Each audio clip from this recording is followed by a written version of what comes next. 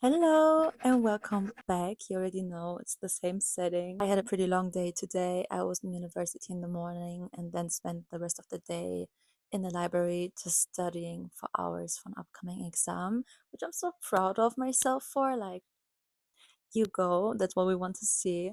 But also, I just was so happy to head home. I didn't want to talk to anyone, I didn't want to see people. I just want to be alone. And like I wasn't even being really social, but I just know about myself. And I feel like everyone knows like your own preferences. I love to be alone. I love to relax. And I feel like when I'm alone, it's the most easiest and quickest way for me to just log off mentally. When I was on my way home, it reminded me of a video topic I wrote down because I wanted to talk about it so badly. And there's no better day fitting for it than today because I felt the urge to be alone. So today we're going to talk about when self-care turns into self-isolation. Self-care bubble on social media is like so big, and honestly like the mid thought series which I'm doing is like kind of also in it. And honestly, overall, I love that self care is such a big topic in our generation because self care and mental health are so close to each other. So, that in itself I love to see. What I don't like to see is when self care, branches into toxic ish directions or when toxic patterns get romanticized. And I feel like the topic about self isolation as self care should honestly be talked about. And that's what we will do today together. With that, welcome to Mid Thoughts episode 4. Yay! When I was today on my way home and I realized, okay, I want to be alone, I need to be alone, I don't want to talk to anyone, I wasn't even surprised because I know myself, I know my preferences. So, knowing that I enjoy being alone, I don't feel loneliness as quick, but that doesn't mean that I don't have experience with self isolation. And I feel like so many people have experience with self isolation, if it's intended or not. Like, if you tell yourself, oh, like, I don't want to go out, or if you just like prefer being inside, but to a degree that it's like not healthy. It doesn't matter. Like you are self isolating yourself. And I think it's because it's so easy, because it's so comfortable, and because you get used to it so quickly. There are often reasons why we're doing it because there's like something which makes it so worth it to hide away from, to flee from, to just like sit back and needing the time for yourself. But also, which I feel like is so important to highlight, like just because you're like fleeing or like trying to protect yourself from something doesn't mean like that it's not necessary. And I want to talk about that first. The good sides of spending time alone and also the self isolation. I had times where I self isolated, and these were one of the times where I really got to know myself. So I definitely think there's like an extreme gain despite the negative points, which can be getting to know yourself way better. But also, like, of course, depends how you spend those times. This is also the main point the self care beauty bubble like tries to sell you, which is like spending time alone and journaling, doing Pilates in your perfect pink set, and drinking matcha and like having a small circle and everything. And that is like the ideal version, right? That's like the perfect version. But if you like look beneath it, like the ground it's built on, if it's like built on a fragile ground, it can be so harmful and toxic because that ground starts to crumble. And at one point, for some certain individuals, it may just not be worth it anymore to just do it for your self care. But then it's because everyone else is just somewhat below you. And most times, it's not even like one says, oh, like I'm better than anyone else, but just like they are so toxic, they are snakes, I'm not going to spend my energy on them, or they are all jealous. And that is so dangerous because that fuels then a toxic way of self isolation. Because what we cannot forget is that we humans are social creatures. I love to be alone, but it doesn't mean that at some times I crave human contact. Okay. I miss my friends, want to see family again. I want to go out, I want to travel and see people, I want to see culture. And I'm wondering if all that is still possible if you go after the self-care bubble, self-isolation rules. Oh my god, I just gave it such a creative title. That's what I've been seeing, and of course it depends really on my For You page, which I'm actually so happy about because now it's giving me a lot of topics to talk about. I really like watching content that isn't necessarily my opinion because you can just like question so much, and even if it's not your opinion, maybe it will become your opinion. Or maybe it just like strengthens your own viewpoint. So you always will get some sort of gain. The content I used to see often was women, objectively very beautiful. So it was even easier to, craving that sort of lifestyle. They seemed quite luxurious, or they just really knew how to sell themselves. And there was always a sort of implication, a caption, or just like a text written, or like over voice, that they needed to protect themselves from the outside, from jealous friends, jealous people, toxic people, and they're better by themselves because everything else is like harming them. It, like I said, it wasn't always worded that way, and sometimes it was worded or like coded in a very self-obsessed word choice, and it was good. Like it was so easy and enjoyable to watch, and you could literally feel like how it would tingle on you. Like you would be like, yeah, fuck them all, they can do their stuff and I'm gonna be by myself and work on my ultimate rebrand or something. Like I said, the idea in itself isn't even that bad. I used to do some sort of rebrands, more like mentally, but I literally have one folder. It's pink because I love pink, duh, and it's like so thick. And I literally spent like 3 months printing out stuff, doing what is it? I think it's called shadow work, just answering questions, reflecting, vision boards printing out, like everything. And I did all these things alone, not with friends, not with family, not with a boyfriend, alone.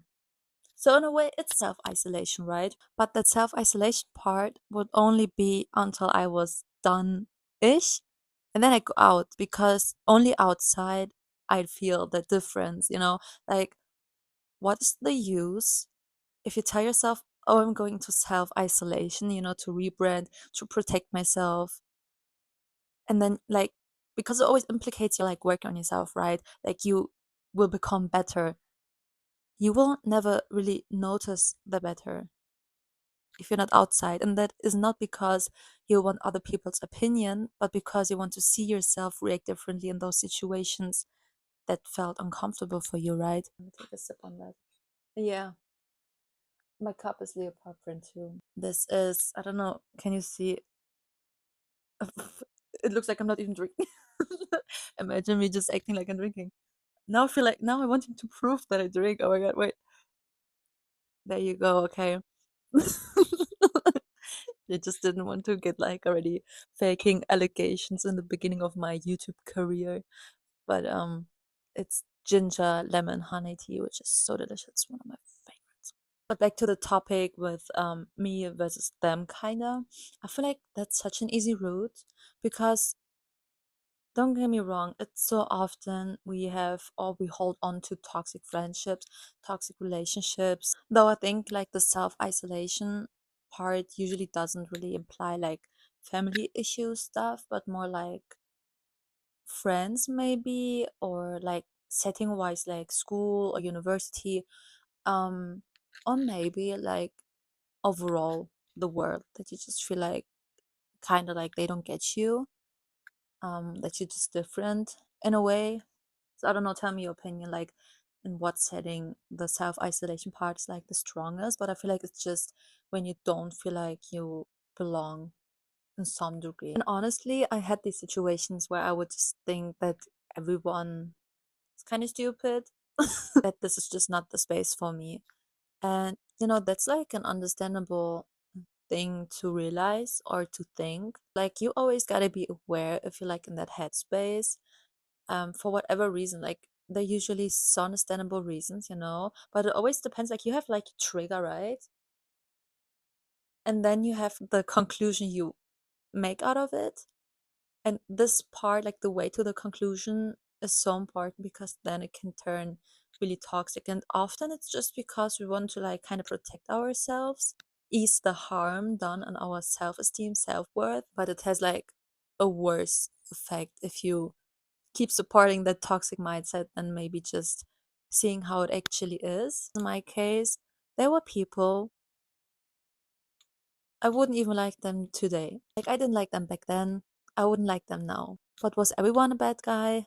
No, I just didn't really have the energy to like separate. If you go into self isolation, you then start to realize your patterns or your toxic mindset.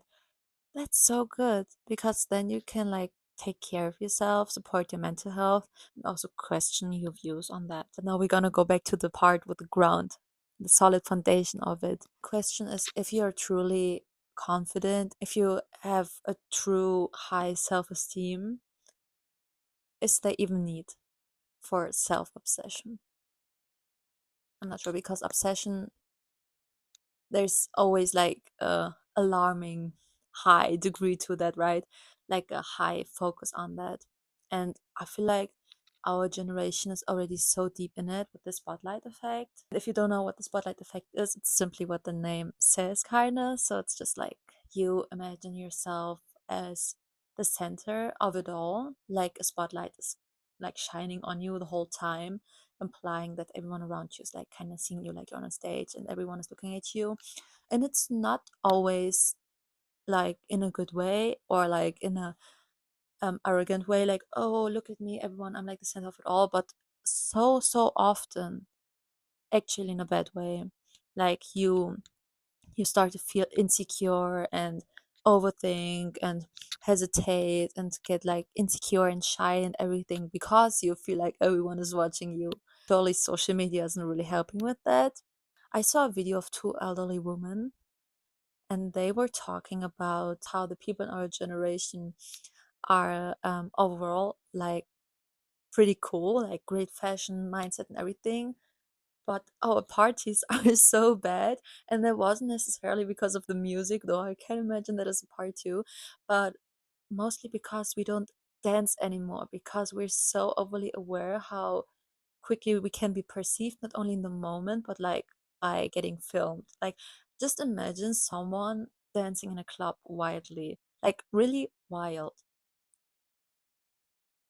It's not that unlikely that someone would film them, which is so annoying. Like, just talking about it pisses me off. Like, some boring person is taking out their Snapchat and is like, oh my god, look at them dancing in a place we're supposed to dance. I swear, I'm getting already mad. Like, it just pisses me off so much.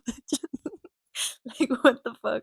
I hope you're getting angry with me because it just annoys me so much. So yeah, there's definitely like so many reasons for our generation to actually want to hide away. Like, not just toxic people, not just toxic environments. Like I said, the spotlight effect, which gets like way more enforced through our intense social media use. There's like so much more adding to it. But then I ask myself, like, when you self isolate, what is the main goal? Like, really, like, for real, like in the long run, what is your goal? Like, if you're doing it because you're having a low point and you just need to, like, really just take a step back for like some days, just like when you're physically sick, just like you're mentally sick and you just need some days for yourself. Totally understandable. But if you do it in the, let's say, self-obsessed way, like I had a video and I wrote down the text on the video. It said, once you isolate, you realize everyone cannot read. I'm so sorry. Once you realize, it's because I was in the library. I swear my brain is scrambled. Let me try again. By the way, I have a new case.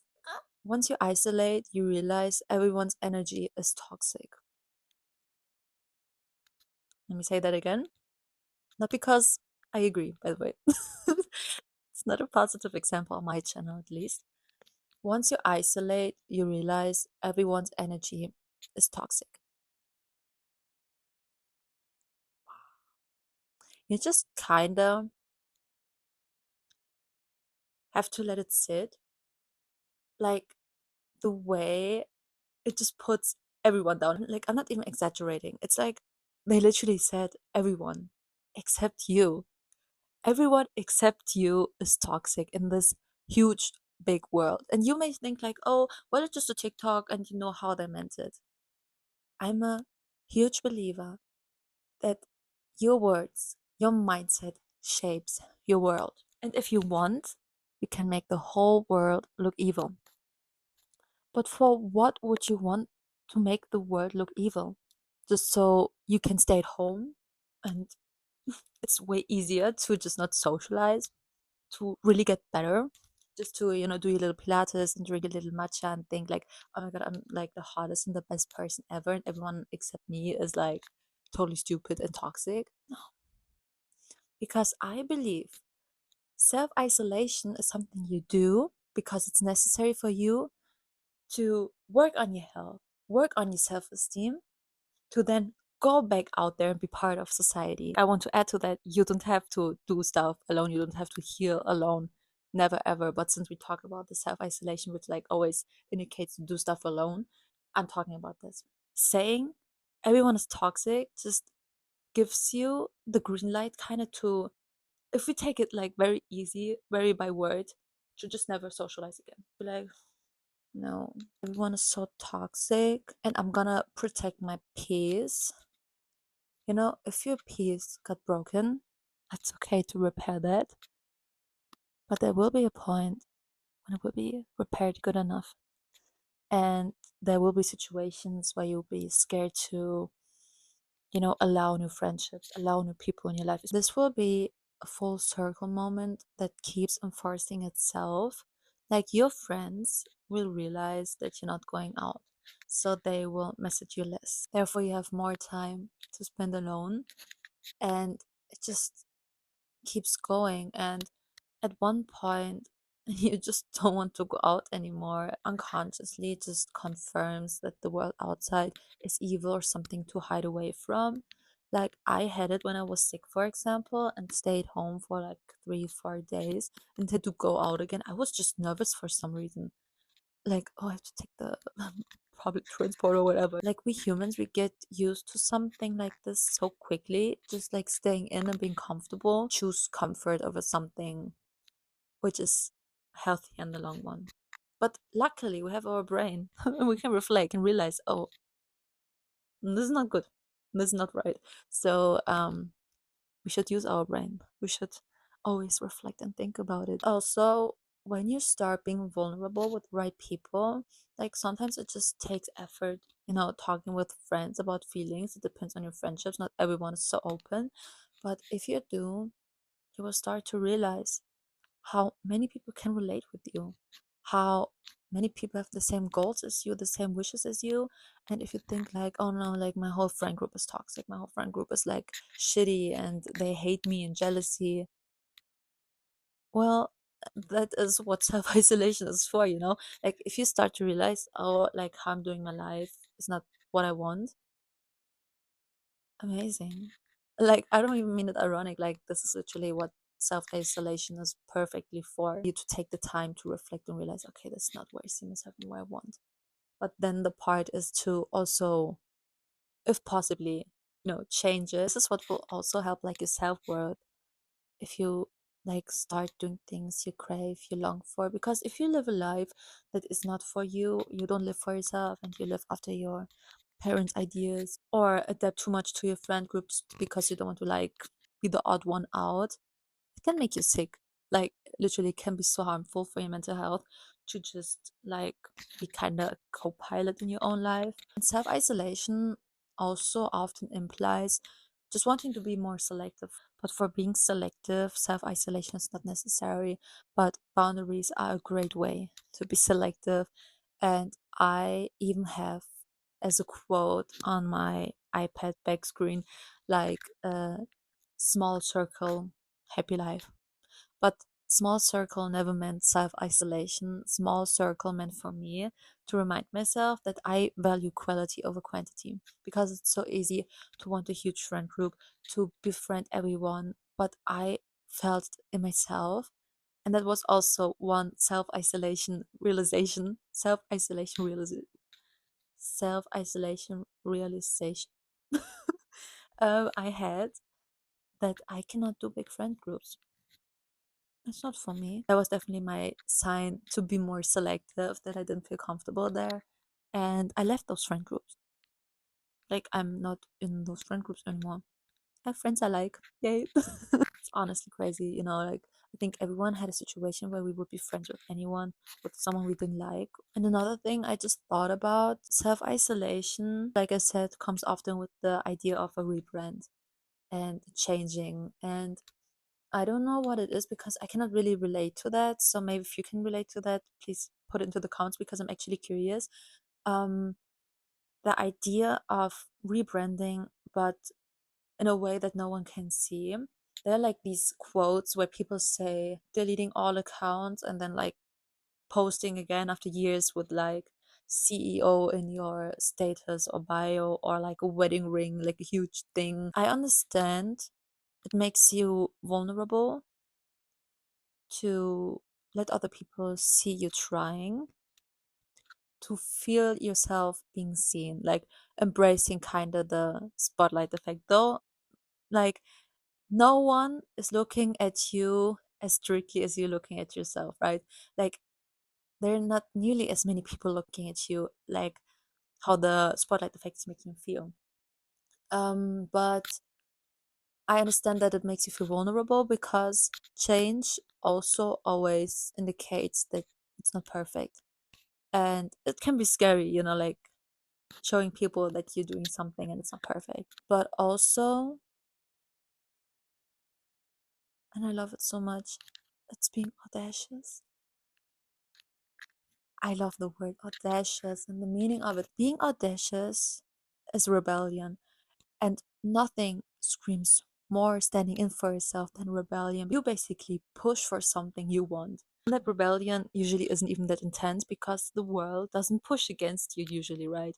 It's just like your inner world and what you think. So it's kind of rebellion against your inner doubts, which makes it even better because that is like the peak of self-love, to push yourself out there and to make other people see you, like almost demanding to be seen. Like if you want to be influencer, you just start posting, or when you have like new hobbies, like just really embracing the change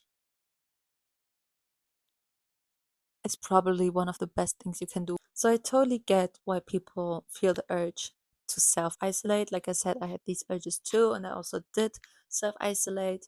But I think when you start to self isolate, it's always a good idea to kind of check in with yourself and see, okay, where is that need coming from? Is it like really an urgency of health, like mental health, and needing that time for yourself to kind of ground yourself again, arrive in the current, get out of your head and everything? Or is it built on toxic self obsession and arrogance? Are you kind of sabotaging yourself by making it easier when there's actually something else you need?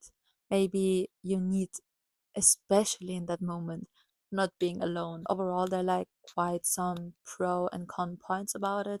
So I'd be very interested to hear about your opinion of that.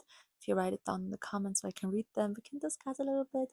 And yeah, so thank you for watching. Oh, I need to scooch closer so I can turn off the video. So thank you for watching. I hope you liked the video. I always appreciate, like I said, comments. I really do. I mean it. Likes, subscribing. I feel like influencer. Am I influencer? Am I influencing already? No. Anyways, thank you for watching. See you next time. Bye bye.